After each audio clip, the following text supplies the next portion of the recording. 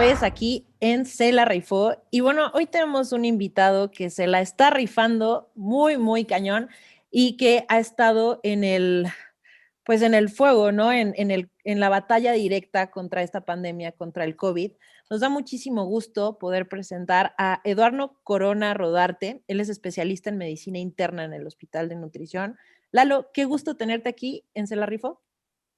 ¿Qué tal a todos? Muy buenas noches. El gusto es mío poder compartir esta velada con ustedes y poder platicar un poco con ustedes.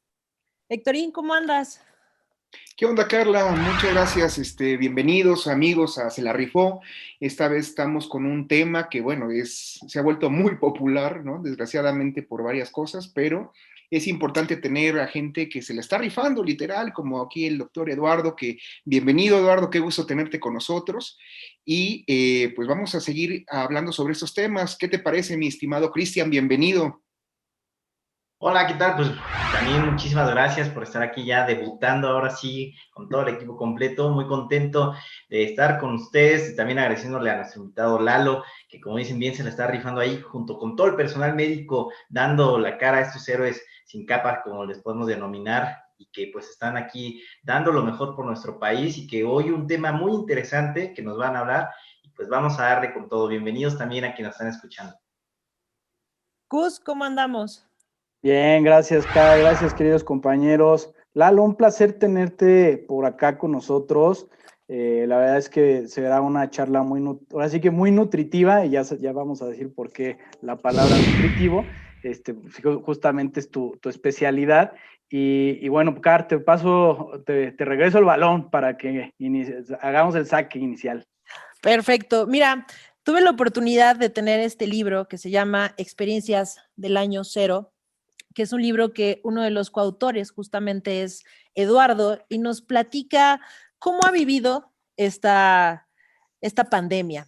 Yo lo primero que te quería preguntar, Lalo, te voy a leer literal lo que tú pusiste, mis recuerdos son una especie de testimonio desde la óptica de un médico que no solo atiende cifras, sino que a seres afectivos cuyas vidas han sido hurtadas por un virus en el que ningún sistema de salud ni ninguna sociedad estaba preparada.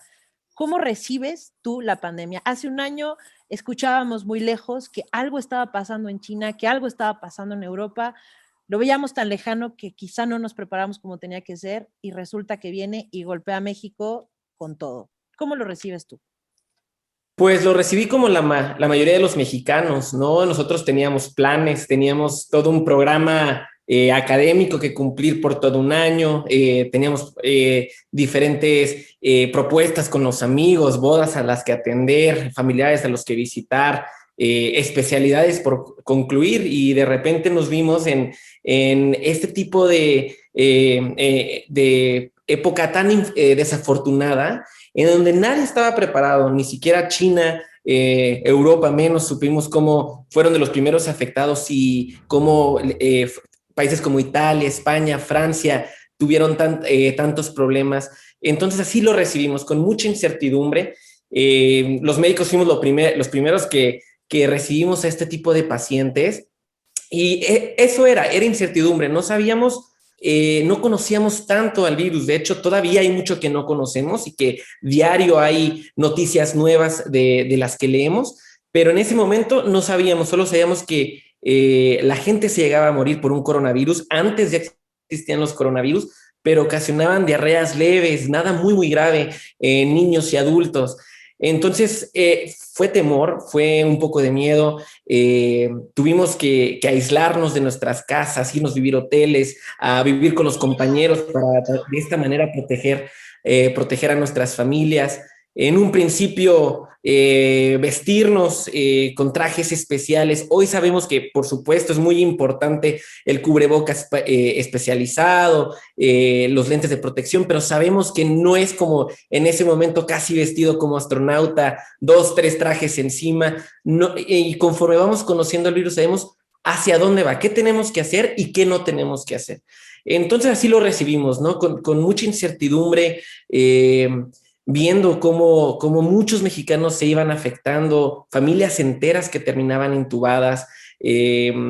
era algo muy, muy triste, ¿no? Y avisarle a una cama, decirle, tu familiar está en la otra cama y lo vamos a intubar y después tú sigues para ser intubado. Siempre les decimos, nos vamos a ver después, vas a salir adelante, pero en ocasiones no es así, ¿no? En ocasiones, al final, lo último que le dices al paciente es que va a salir adelante y no pasa eso, ¿no? Aunque sea nuestro mejor deseo y que hagamos nuestro mejor esfuerzo.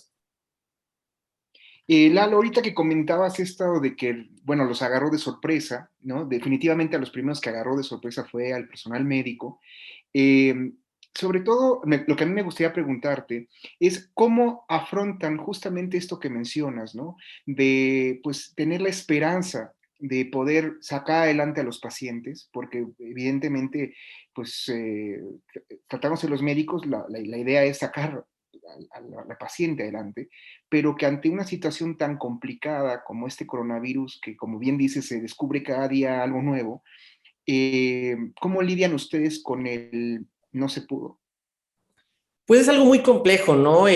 Algo en el Instituto Nacional de Nutrición antes de la pandemia, la mortalidad era menor al 2%. Entonces era muy baja, es una cifra muy, muy buena. Entonces de repente nos vemos con un virus que ocasiona lo que se llama síndrome de insuficiencia respiratoria, que es cuando alguien necesita un tubo para poder respirar. Entonces, esta enfermedad en general en el mundo tiene una mortalidad del 50%. Entonces, de repente nos vemos ante un síndrome que 1 de cada 2 se muere, ¿no? Entonces, nosotros no estábamos acostumbrados a tener tantos pacientes conglomerados con esta enfermedad. Afortunadamente, en muchos países del mundo, incluidos México, con el Instituto Nacional de Nutrición, logramos bajar esa mortalidad hasta menos del 16%, es decir, 8 de cada 10 pacientes sobreviven al ventilador. Entonces, eso es algo bueno, pero de todas maneras, esas 2 personas que no logramos sacar adelante, siempre es un golpe para nosotros, porque para nosotros no es una cifra, no es un porcentaje. Para nosotros lo más importante es el paciente, y esa cifra es el padre de alguien, el eje de la familia, la madre, una hermana, un hermano, amigo de alguien. Entonces, por supuesto, uno nunca se acostumbra a eso. A veces nos ven como personas frías, calculadoras, y sí tenemos un pensamiento crítico y no podemos mezclar al momento de dar informes con los familiares o de tomar una decisión, no podemos mezclar emociones, pero siempre es algo que nos sigue afectando. Claro. Claro, Lalo, pues es un tema bastante complejo el hecho de que nos llegó a transformar la vida a todos, ¿no? Es un virus que, como decías, si bien hay algunos parecidos que ya se habían estudiado, no esperábamos, o al menos en la historia reciente de la humanidad, no habíamos tenido una pandemia de tales dimensiones que podemos decir paralizó el mundo, ¿no? Y por otro lado, que justamente nos paraliza a nosotros, pero a todo el personal médico, pues los tiene ahí, al pie de cañón, los tiene justamente a todos dando la cara, como decimos ahí, rifándose día a día, porque están ustedes, pues, ayudando a todas las personas y que, bueno, entre todas las especialidades están sumándose para poder detener esta pandemia, y que es aquí donde empieza, pues, primero el conocimiento, ¿no? De cuando empezamos a sentirnos qué es este virus, si es real lo que escuchamos o si no es real, si creemos o no creemos, cómo se empiezan a tener estas primeras recomendaciones. Posteriormente, la cuarentena o pues nos mandan a las casas a todos a que no salgamos, y después de esto, pues una eventual y ya paulatina salida para esta nueva normalidad que así le denominan, y después una segunda ola, ¿no? ¿Cómo vamos a vivir? Esto ha sido, pues, digamos, el resumen de un año, y que hoy en día, pues, ya se está planteando también ahí, pues, una serie el que si se aplanaba la curva, si no. ¿Cómo podemos ver respecto a lo que han estado viviendo ustedes desde dentro, interno, porque pues uno lo vive desde fuera, pero desde el plano médico, cómo se vive, cómo se ha vivido durante todos estos meses?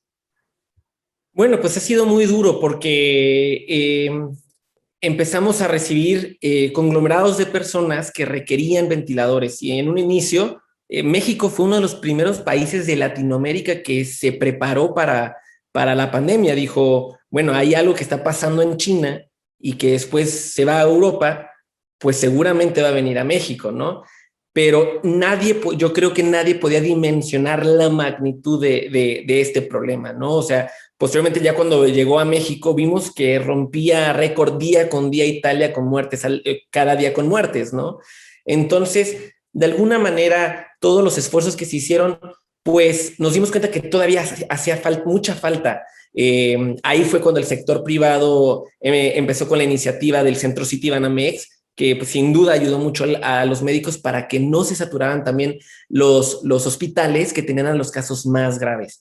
Entonces sí ha sido muy cansado porque eran meses y meses y meses que los hospitales estaban llenos. Tal vez bajaba el semáforo naranja y tal vez había una que otra cama libre en los hospitales, pero seguían saturados. Lo que significa el semáforo epidemiológico, lo único que traduce es la saturación de camas, pero no quiere decir que debemos de bajar la guardia, no quiere decir que hay menos virus entre nosotros, simplemente lo único es cómo les está yendo en general a los hospitales. Sin duda, el INER, el Instituto Nacional de Nutrición, siempre estuvimos llenos. Hubo un periodo donde el semáforo llegó a su mínimo, donde llegábamos a tener una que otra cama libre, pero en realidad siempre estuvo saturado.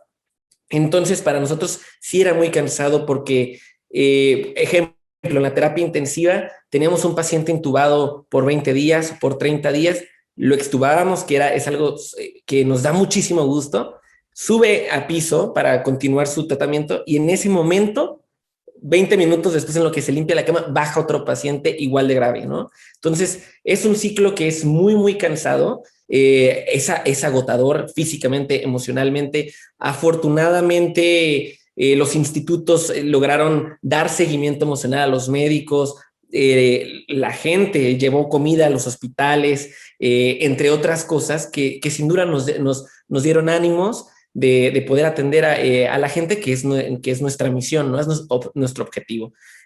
Sin un reconocimiento como tal, sin que nos da gusto, por supuesto, que nos llamen héroes, entre otras cosas, pero nosotros no lo hacemos por eso, nosotros hacemos nuestro trabajo, que es estar ahí para los mexicanos, nada más.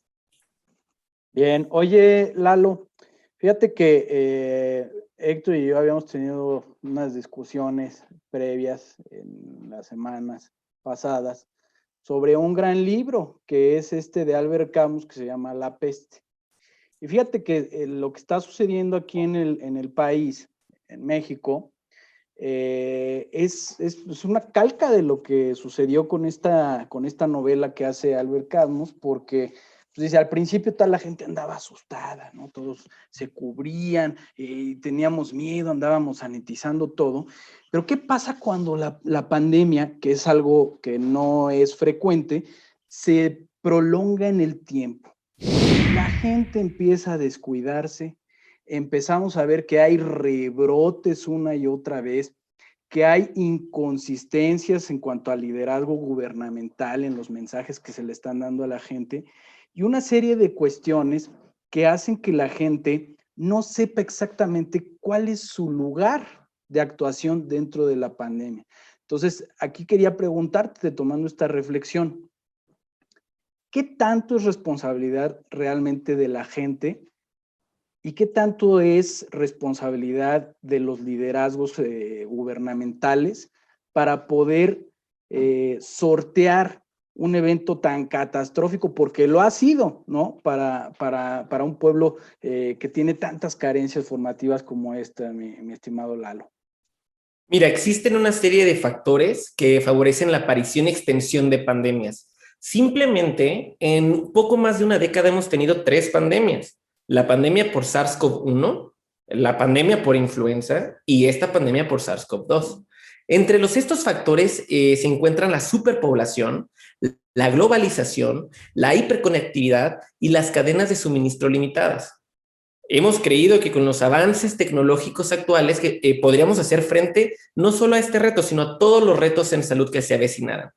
Pero a pesar de eso, después de un año, o más de un año, no tenemos un tratamiento dirigido para el coronavirus. Se sigue sin contar este tratamiento. Las pandemias han formado parte de la historia y lo van a seguir haciendo. Vendrán otras pandemias. La interrogante es si vamos a aprender de alguna de ellas. Sin duda aquí no todos, o sea, todos somos igual de importantes. El gobierno, las instituciones médicas y la gente.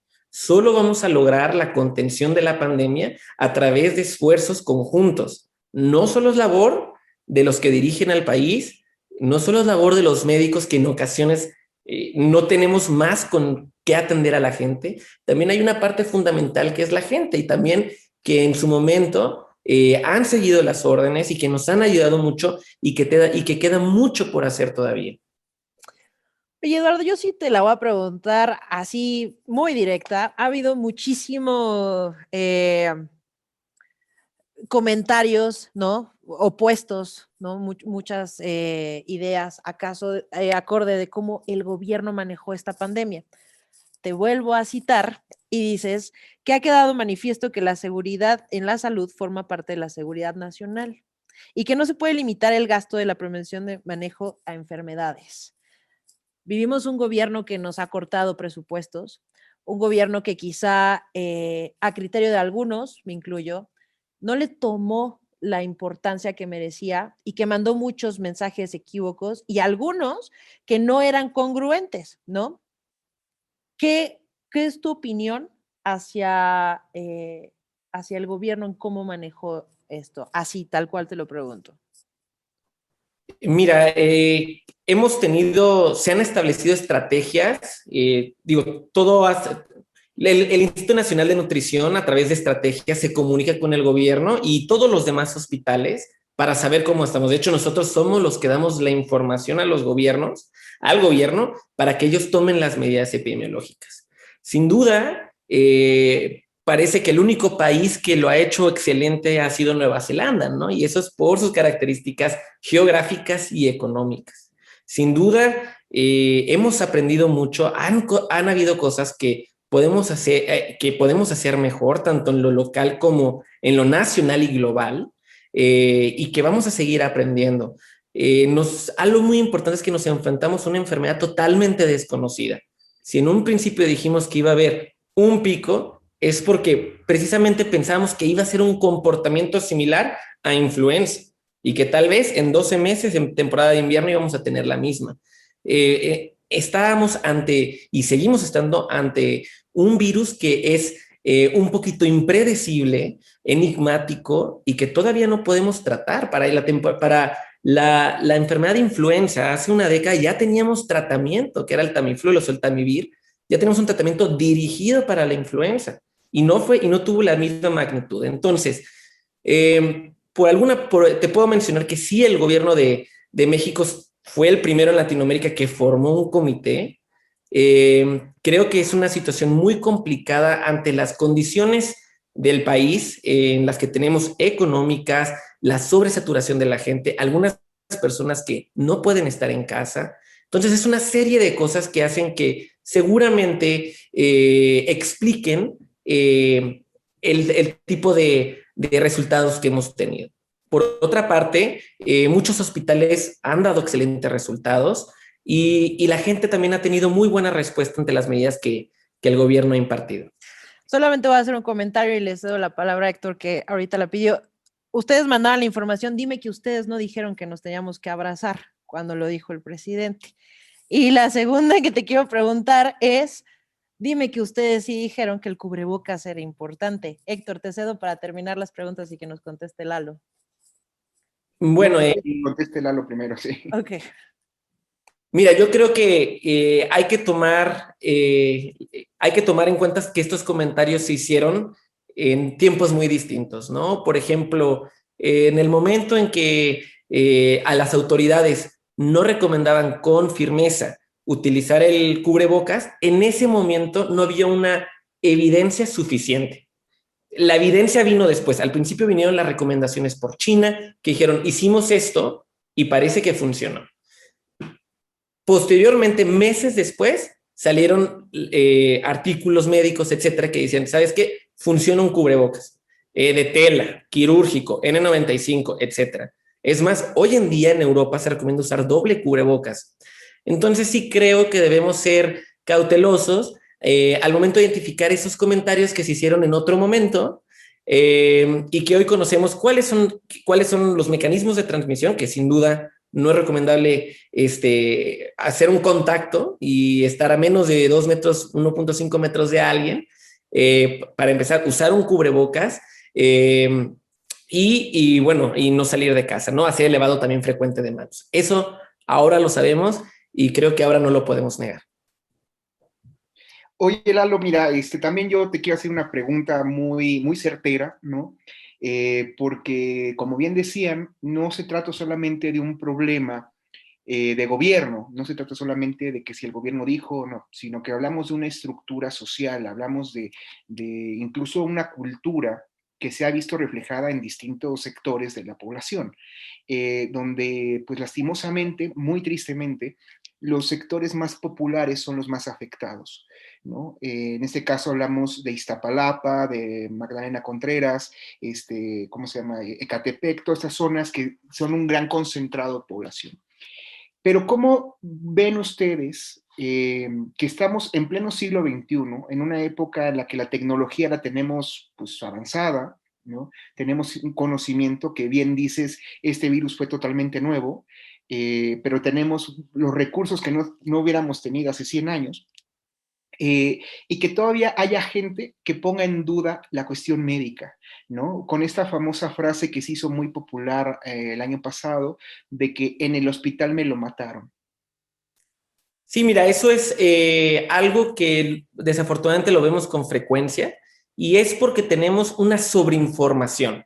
Uno pone cualquier palabra, enfermedad, síntoma en un buscador y le van a salir un sinfín de cuentas, y el problema va a ser elegir de qué sitio voy a leer, ¿no? Porque encontramos mucha información falsa, información que puede desviar el pensamiento de alguien, que puede ir en contra de lo que le están dando mis médicos. Tal vez en televisión vemos, oye, a mí me funcionó esto, a mí me funcionó lo otro, cuando todavía no hay evidencia suficiente para recomendarlo.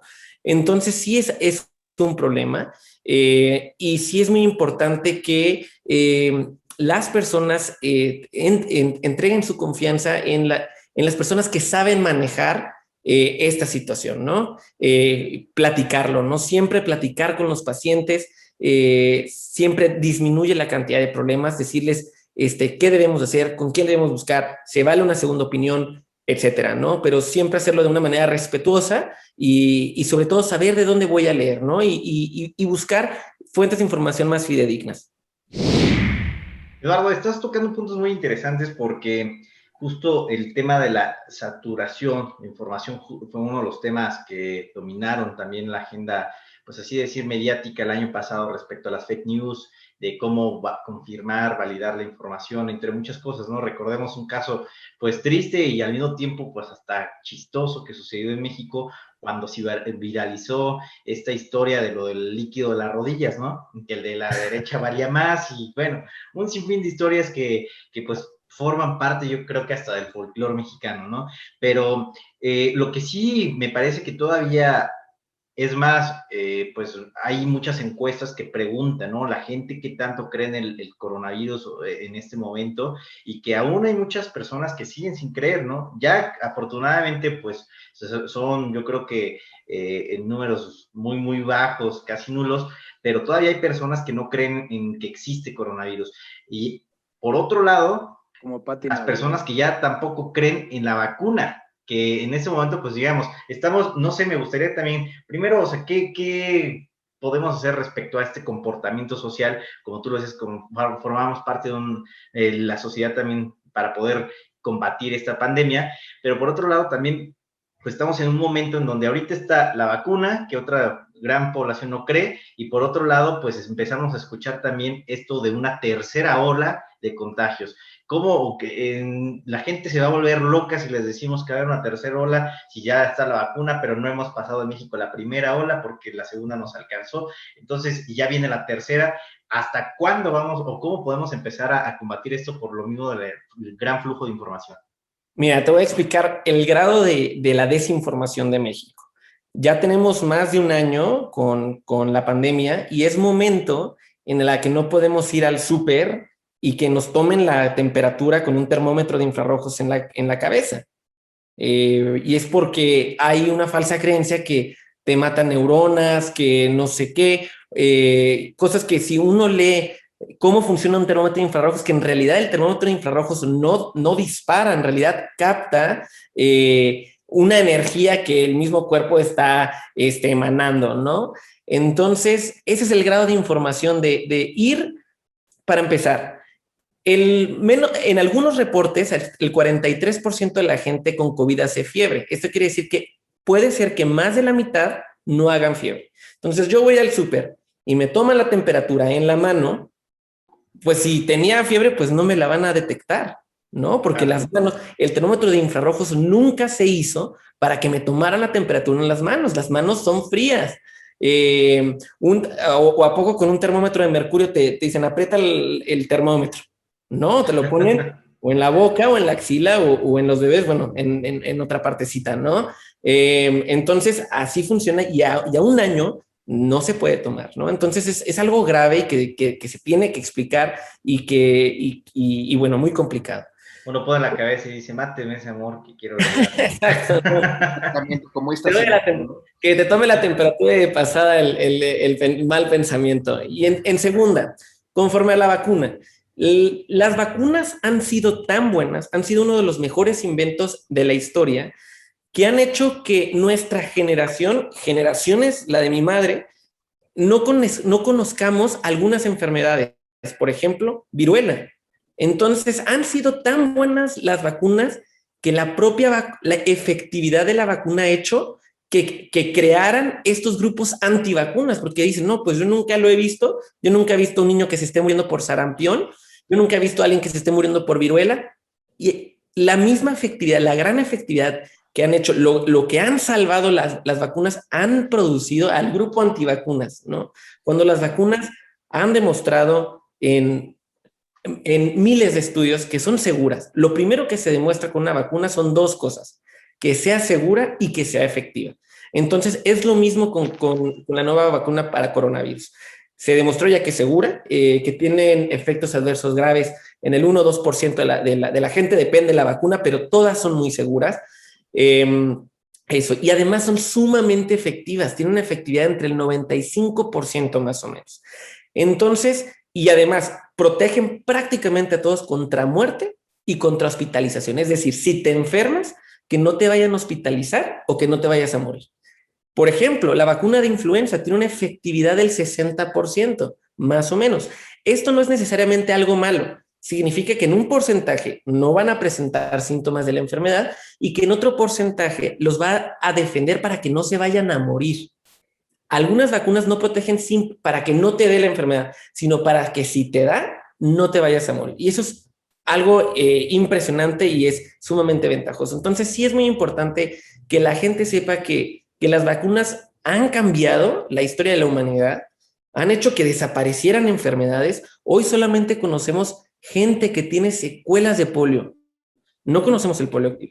Por estos grupos antivacunas sí hubieron brotes de sarampión en el país y en el extranjero, y que es muy desafortunado. No hay nada más desafortunado que ver a alguien que fallece y que pudo haber sido prevenido con una vacuna.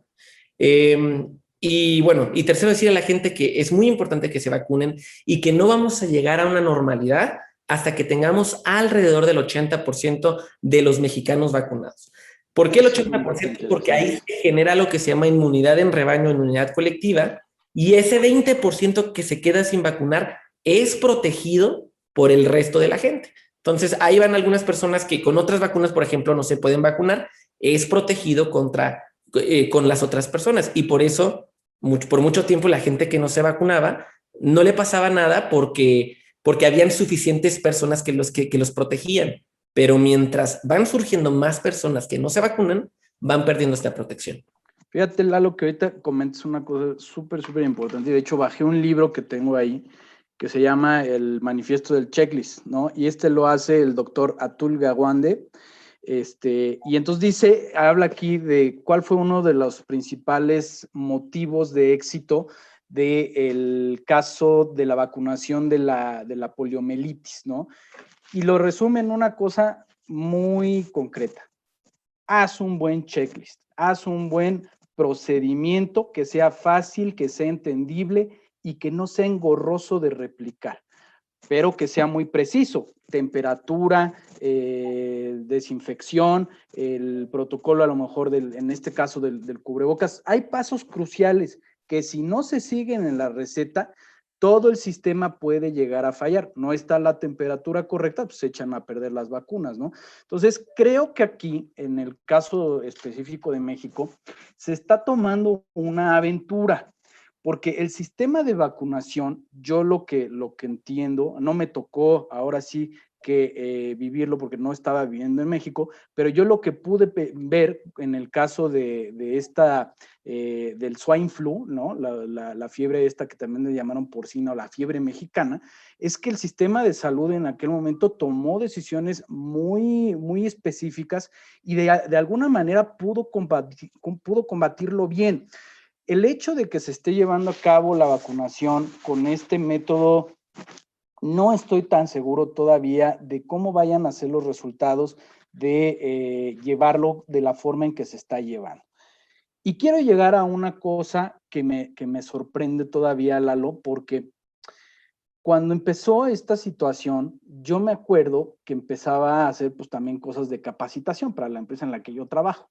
Y decíamos, bueno, pues se supone que la tasa de mortalidad en general del virus pues va siendo casi del 7% a nivel mundial. Pero resulta que yo no podía poner eso en la capacitación porque cuando empezaba a ver los datos, en México estábamos al 11%. Creo que ahorita ya anda por ahí al 9%. ¿Por qué tenemos esta tasa tan alta de mortalidad en México, mi querido Lalo? Bueno, eso tiene que ver mucho con, también es un proceso muy complejo, ¿no? También tiene que ver mucho, por ejemplo, desde el punto de vista, qué tanto el paciente tarda en llegar al centro de salud, ¿no? Al hospital.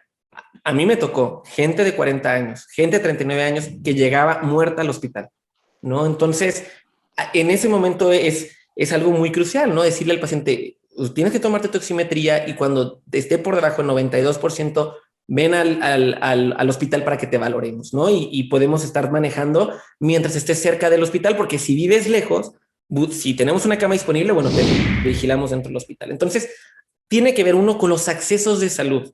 También, ¿qué tanto tiene la persona para llegar al hospital? Y si tiene que desplazarse un pueblo entero, una hora, etcétera, ¿no? Otra cosa es la saturación. Precisamente el semáforo epidemiológico, como lo comentaba, tiene que ver con la saturación hospitalaria. ¿Por qué no hemos visto picos? ¿Por qué vemos una ola interminable? Bueno, es porque también es una estrategia. Y es una estrategia que intenta no sobresaturar el sistema hospitalario mexicano. Simplemente, alrededor del 2% de la población, o sea, de la gente que se enferma por COVID, tiene COVID grave. Saca el 2% de la Ciudad de México, de 23 millones de personas. No hay hospitales que puedan con esa cantidad y de ahí sale esta estrategia, porque México no tenemos más hospitales, más centros de alto nivel, etcétera, incluso más especialistas. Nos hemos dado cuenta que nos hacen falta especialistas para tratarlo. Entonces, tiene que ver con todo eso. La mortalidad sí es alrededor del 8-9%, depende la semana, ¿no? Pero sí tiene que ver con los accesos a la salud, con el número de hospitales, con el número de especialistas, porque igual no es lo mismo tener un ventilador a tener un servicio de terapia intensiva. Es totalmente distinto. Un ventilador no salva una vida, no es un microondas donde pones un tiempo y la persona está con el ventilador. Tienes que programar una serie de parámetros, tienes que ver que el paciente esté bien coordinado con el ventilador, tiene que estar la enfermera de terapia intensiva, el intensivista, el internista, que es mi caso, el infectólogo, porque se trata de una infección, y luego además el 30% hacen enfermedad renal. Entonces, a veces requieren diálisis y el 30% también hace algo en el corazón, una arritmia, falla cardíaca, etcétera. Entonces, oye, Lalo, para concientizar a la gente, la neta, hay que decir este número. ¿Cuánto cuesta curarnos de COVID en un hospital privado, para que la gente lo tenga en la Mira, mente. esos son datos que sacó la Asociación de Seguros de Gastos Médicos, pero en general una persona que resulte intubada gasta alrededor de 1 millón de pesos, más de 900,000 pesos. Wow, Ajá. muchísimo. Y bueno, y pueden ser, o sea, la persona que más ha gastado hasta hace unos meses llevaba más de 10 millones de pesos en una terapia intensiva. Y no es infrecuente que hay centros privados y públicos excelentes, pero la medicina como tal es muy cara. La medicina pública sale del fondo federal. ¿De acuerdo? A eso le cuesta al gobierno y nos cuesta a nosotros como mexicanos. Y la medicina privada es tan cara porque eso cuesta la medicina. Pagarle a todo el equipo de terapia intensiva que te tiene que ver. Por ejemplo, cada 2 pacientes debe de haber al menos una enfermera de terapia intensiva. O sea, simplemente, o sea, y eso cuesta por turno, por 3 turnos o por 6 turnos ahorita en el caso de COVID. Entonces, la atención médica es sumamente cara porque implica personal, recursos, medicamentos, entre otras cosas, ¿no? Catéteres, etcétera, ¿no? Entonces, por ningún lado, ni por el lado público ni por el lado privado, es algo que es sumamente caro y que obviamente el país va a tener que hacer frente a estos nuevos retos económicos que estamos viendo y que vamos a seguir viendo. Wow. Bueno, pues empezamos ya con conclusiones, nos quedan 5 minutitos. Yo lo que te quisiera pedir en tus conclusiones, Lalo, independientemente de lo que nos digas, es, viene Semana Santa, ¿qué le dices a la gente? Bueno, eso yo creo que es fundamental. Yo creo que podemos quedarnos en casa si vamos a salir, que sea con una persona manteniendo sana distancia, no salir a lugares públicos conglomerados. No vale la pena infectarse por coronavirus. Algo muy importante es que la gente no ve lo que pasa dentro de un hospital, no ve lo que las familias sufren por un familiar que está intubado o que está esperando un ventilador o que tiene una mascarilla reservoria y no puede hablar. Ya van 200,000 mexicanos que han fallecido y son 200,000 familias que lloran la muerte de un familiar. Entonces no vale la pena. Habrán otras vacaciones, habrán otros periodos vacacionales, vendrán otros años, mejores años. Lo único que necesitamos como país y como mundo es tiempo en el que logramos hacer una vacunación para que podamos recuperar la vida que teníamos. No olvidar las 3 medidas básicas que son las mismas que hace 12 meses, que es mantenernos en casa, usar un cubrebocas, lavarnos las manos y mantener la distancia. ¿De acuerdo? Y si vamos a salir, sí podemos mantener distancia, estar en espacios abiertos y tratar de no estar con más personas que no forman parte de mi núcleo, con los que yo vivo. A veces pensamos, no, es que es mi cuate, es mi primo y se supercuida. Al final no lo sabemos. Muchas de esas enfermedades, de estos padecimientos son asintomáticos y que pueden tener la transmisión del virus. Entonces, nuevamente, quedarnos en casa, lavado de manos, uso de cubrebocas, sana distancia. Lalo, pues muchísimas gracias por tu participación en este programa. Aparte, eres el primer invitado que tenemos en Se la Rifó. O sea, qué rifado, la verdad. Y yo te quisiera preguntar, a modo de conclusión, ¿qué le puedes decir a la gente que todavía tiene el temor, que tiene la preocupación de vacunarse, ¿no? Por todo esto que ha salido de AstraZeneca, incluso ya sacó el gobierno británico un tema de la vacuna de Pfizer, ¿no? De lo que se han provocado, entre comillas. ¿Qué puedes decirle a estas personas? Lo que puedo decirles es que confiemos en nuestras autoridades, que escuchemos a la Secretaría de Salud y a los equipos científicos que llevan a cabo estos protocolos. Sí les puedo decir que al menos conforme a la vacuna de AstraZeneca, que al menos no se ha comprobado que sea una causa de trombosis, ¿no? Y por eso se recomienda que se siga aplicando. Las trombosis ocurren y van a seguir ocurriendo con y sin COVID, y el COVID hace que ocurran más trombosis. Entonces, todavía no se ha comprobado que la vacuna como tal haga una trombosis y menos a las pocas horas. Entonces, sí le voy a recomendar a la gente a los mexicanos, que somos muy rifados, que sigan las notificaciones gubernamentales de Secretaría de Salud y que no tengan miedo a vacunarse. Probablemente será una decisión que les va a salvar la vida o le va a salvar la vida a alguien que ustedes quieran.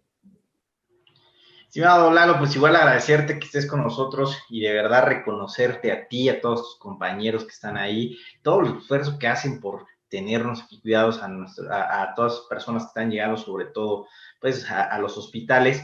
Y bueno, lo mismo, reiterar un poco para las conclusiones.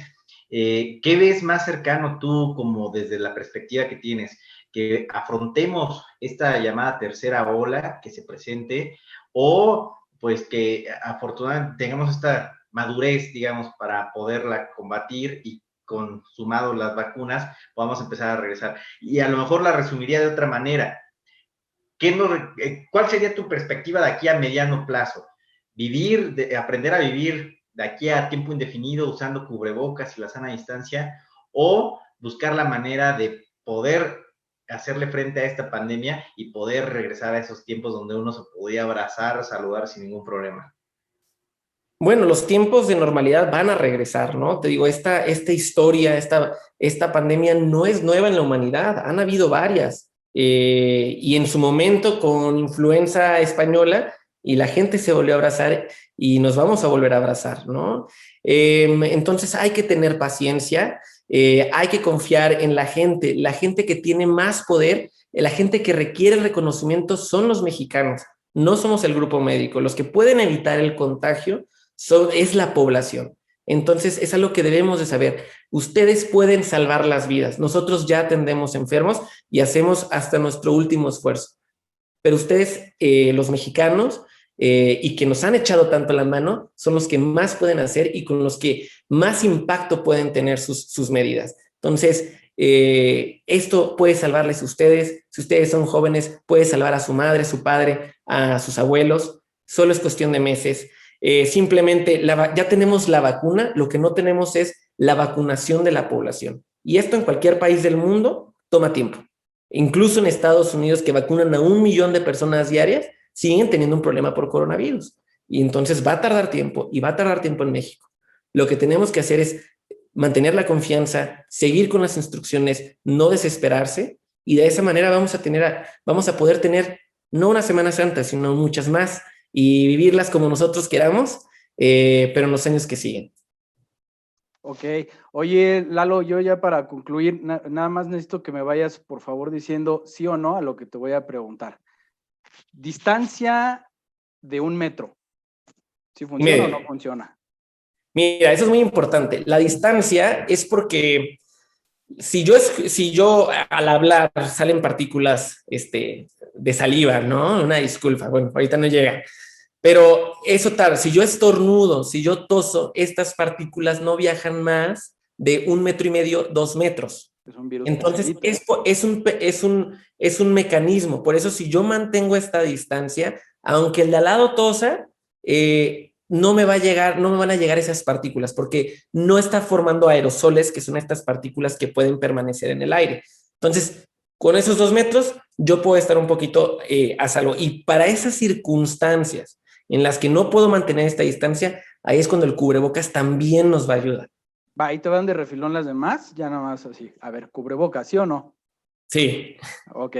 Espacios libres, espacios abiertos. Sí, y con la distancia. Ok. Tapetes sanitizantes. No. No funciona. Ok. Caretas plásticas. Su utilidad perdón por dar una explicación, ¿no? Su utilidad son sobre todo cuando estamos expuestos a fluidos o a aerosoles. No son para todos. Mejor utilizarlas en espacios cerrados, es lo que entiendo. Sí, si alguien las tiene, las va a utilizar, adelante. A esto me refiero que no es para todas las circunstancias. Claro, mejor ser excesivos en estos casos. Y por último, el medicamento que le funciona al ébola, ¿sí funciona para el coronavirus o en él? En este momento no hay un medicamento que cure el coronavirus. Lo único que tenemos son los esteroides y que se deben de usar prescritos por el personal médico. Entonces, no, nada en un principio que el ébola y otros antimaláricos también para otros microorganismos y este mismo medicamento se utiliza para otras enfermedades. No, solamente lo que esté prescrito y de recomendación en vigilancia con un hospital, ¿no? Lo peor que nos den una valoración. Y este es el más importante de todas las preguntas. ¿Cuál es el síntoma crucial con el que tenemos que decir, me lanzo ya al hospital? Mira, la falta de aire sin duda, aunque algo es muy importante, es importante tener un oxímetro de pulso, porque el coronavirus hace que no sintamos la falta de oxigenación. Entonces, a veces eso se llama hipoxemia silente. A veces me puede estar faltando el oxígeno, pero a mí no me falta el aire, y eso es algo que el coronavirus hace. Y hoy en día vemos saturaciones que antes jamás veíamos, saturaciones de 20%, nunca lo veíamos. Y tanto así que por mucho tiempo no creíamos que sucedieran. Entonces, sí es recomendable, estar al pendiente de una constelación de síntomas, ¿no? Dolor de cabeza intenso, falta de gusto, de sensación del olfato, tos, falta de aire, ya probablemente es algo muy grave, ¿no? Entonces, estar al pendiente de eso. También otras manifestaciones puede ser dolor abdominal, diarrea, entre otras cosas. Entonces, vamos juntando estos síntomas y es cuando podemos sospechar que alguien pueda tener coronavirus. La fiebre, sin duda, te digo, se presenta entre el 40 y 50%. Algunos países dicen que más, otros que menos, pero estar al pendiente de todos estos síntomas que se pueden presentar.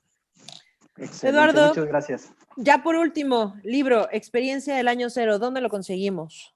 Lo pueden comprar en este momento a través de la página de internet de El Viaje y el Camino, que es la editorial que hizo el libro. Se los recomiendo mucho porque son perspectivas no solo médicas, sino de gente como ustedes, periodistas, profesionales, enfermeras, entre otros, que dan su perspectiva de cómo vivieron esta realidad. Lo pueden comprar a través de la página de internet y en las próximas semanas en la librería de su preferencia. Perfecto. Eduardo, un placer platicar contigo. Muchísimas gracias y sobre todo gracias por estártela rifando como lo estás haciendo, salvando vidas, de verdad. Muchas gracias a ustedes. Compañeros, Héctor, muy buenas noches, gracias. Muy buenas noches, Carla, mi estimado Chris, mi estimado Gus y por supuesto Lalo, muchísimas gracias por rifártela con todo el personal médico. En verdad son un ejemplo y aunque digan que no son héroes, pues sí son héroes porque al final de cuentas tampoco nadie los obliga a estarse ahí, ¿no? O sea, eso es importante. Muchísimas gracias, Lalo, qué gusto. Gus, gracias. Gracias y recuerden que también no solamente hay que dejar todo en manos del gobierno y de nuestros queridos médicos, sino que también debemos rifarnos nosotros cuidándonos y cuidando a los demás. Gracias por estar aquí con nosotros en este podcast de Se la Rifó. Gus. Gracias, Lalo. Yo tengo un gran cariño a la profesión de la medicina, porque mi papá era médico, así es que te admiro el trabajo que todos tus compañeros también están haciendo y gracias por rifársela por este gran país. Muchas gracias, con todo gusto. Bueno, pues nos vemos en el siguiente programa de Se la Rifó.